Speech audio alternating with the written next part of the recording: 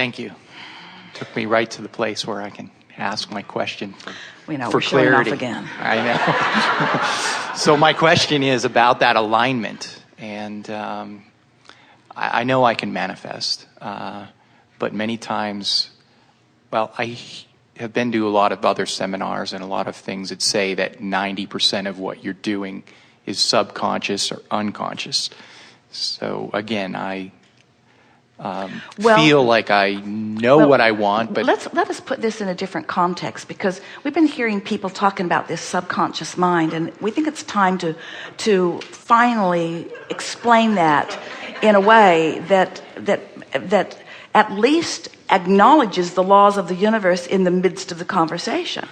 So what we just said to all of you, and you got it, we felt you get it, is that you can stand in your place of living something unwanted and affirm until the cows come home, which is going to be a long time for most of you.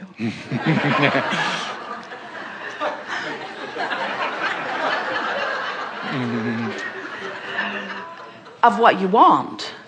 And you don't get anywhere because your words don't matter. It's your vibration that matters. So whoever originally started talking about the subconscious mind may have been tapping into is that it's the vibration that is at the basis of your attraction, not your words. And that's what they're calling the subconscious. In other words, what's really going on is what you're offering vibrationally. But it's not subconscious. It's not subconscious. We will not shout. It is not. We will shout. It is not. It is not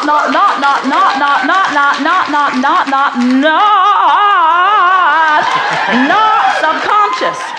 Because you built your vibrational patternings with conscious thoughts. I don't like that. I don't like that. I'm unhappy with that. I don't like that. Those weren't unconscious thoughts. Those were conscious thoughts. You consciously practiced yourself into a vibrational pattern that is depriving you of what you want, and now you're calling the pattern subconscious. Okay. It's not subconscious. It's vibrationally active because you consciously thought it into being. So now,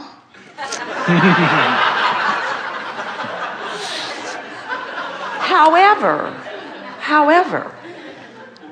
when we ask you to generally tune before you fine tune, and we ask you to feel for an emotion, that's conscious too, isn't it? In other words, can you unconsciously feel for an emotion? It's all about focus, isn't it? So now you're going to consciously feel for an emotion and consciously place yourself in the vortex, and then you're going to consciously think even more specific about what you want. In other words, you are the creator of your own experience. It would be like saying, I'm the painter of my own picture, but I always do it blindfolded. And we say, well, that's just dumb. You could do so much better if you would use your eyes. No, I like to subconsciously paint. Okay.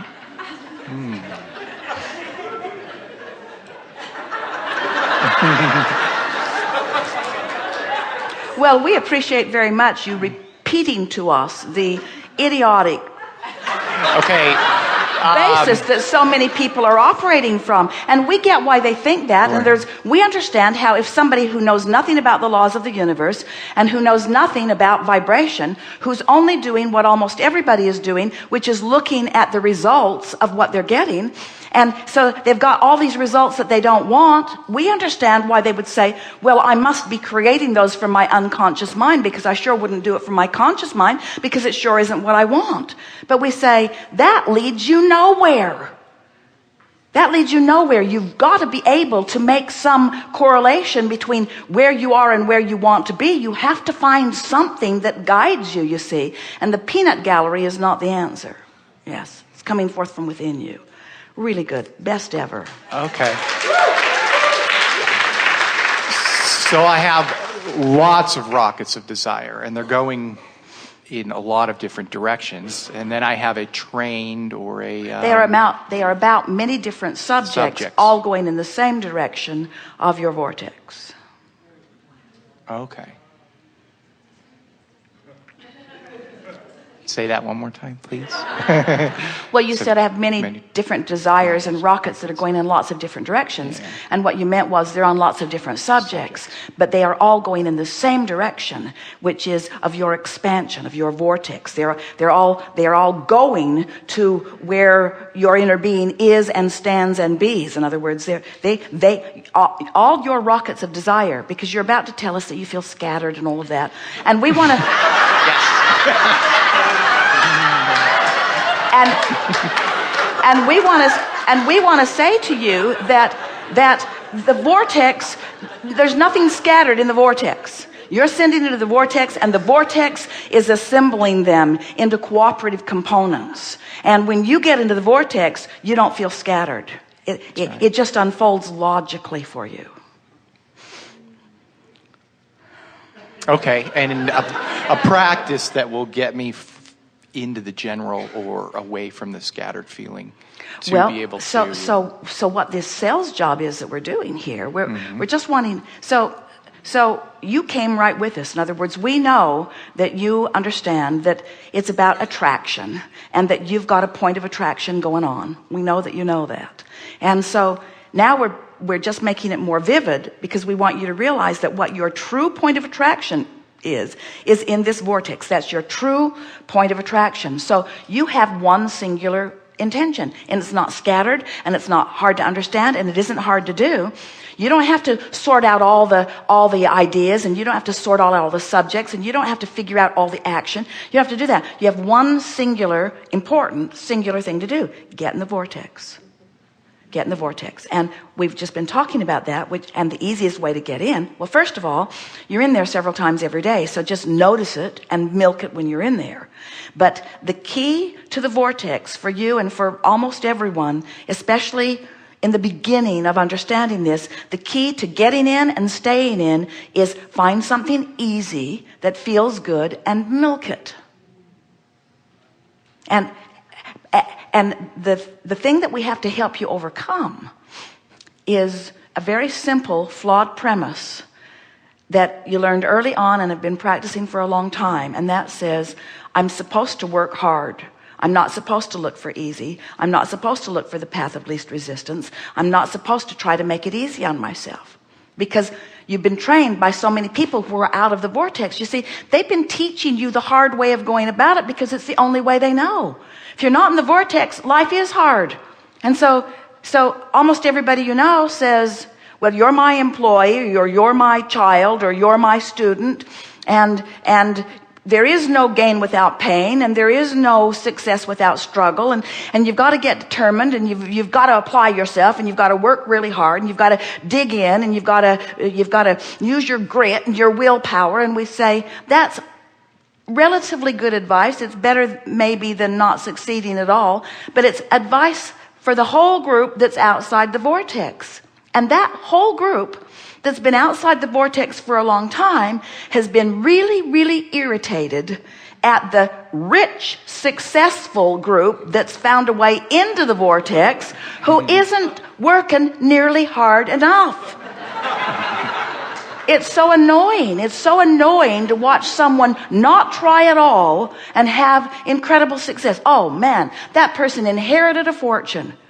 Well, that person is in the vortex, whether they inherited the fortune or not. In other words, it's continuing to come because of the alignment that they're continuing to maintain, you see. Really good conversation, don't you think? Yeah. So the challenge that you have in you and almost everyone else is we have to convince you that it's all right for you to take the easy way. And if we can convince you that it's all right to take the easy way, and you believe us when we say the easy way is going straight to the vortex, where what you thought was scattered out there is all assembled logically in here, and you spend enough time in the vortex just feeling good, think about people that you've heard about or that you know who must have been doing something like this in order to find their success. So let's take like a songwriter, or even an author. Frequently you hear them say, that song came so fast. Came so fast. Took me 20 minutes to write this. The idea hit me, and when I sat down to write it, it was right there. And other times they'll say, yeah, I worked on that song for 5 years. Never did like it. Never really amounted to anything. And we say, write the song out of the vortex, write the song in the vortex. In other words, you can see when an athlete is really on his game, and you can see when he isn't. In other words, it's almost like he intuitively knows where everybody else is going to be on the field or on the court or wherever it is. If he's tuned in, he can anticipate where his tennis challenger is going to put that ball. He can read the guy's mind and be ready for where it goes. When you're in the vortex, you have access to information that you don't have outside the vortex. Think about the story you hear of people who have found great success, like Thomas Edison, who was said to take little naps. Well, he just was going to the vortex.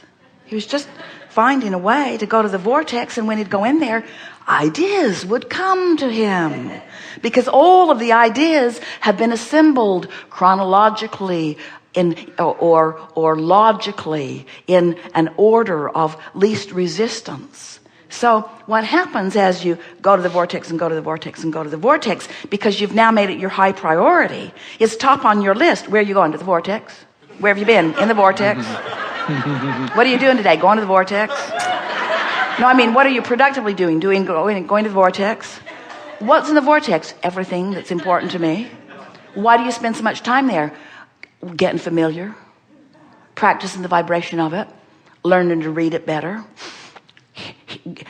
I'm rendezvousing with ideas in there. My world is in there, you know. My world is in there. The world that I've put there even before my birth, and piece by piece ever since, is in there. I'm going there because that's who I am. That's where I belong. That's where everything I want is, and that's where the fun of life is for me. That's why I'm going there. That's why I'm going there. That's why I'm staying there. That's why I've made it my top priority. Well, shouldn't you be doing something more important? There isn't anything more important. There isn't anything more important. That's all important. Everything good that happens to me starts after I'm in there. Wonderful. So you said, how can I get in there? Mm-hmm. What's the process? And we didn't really answer your question very well. We just did everything that we could do to make the vortex appealing to you. In other words, we're just doing the sales job to make you want to. We're just in there. We're in there where you want to be, crowing about how good it is, you see. Just living how good it is, summoning you in. You have to be really resistant not to come. In other words, you wanted to come. You want to be in there. We've convinced you of the validity of the vortex. Not one of you doubt. Well, there's one. Not one. Hardly any of you doubt.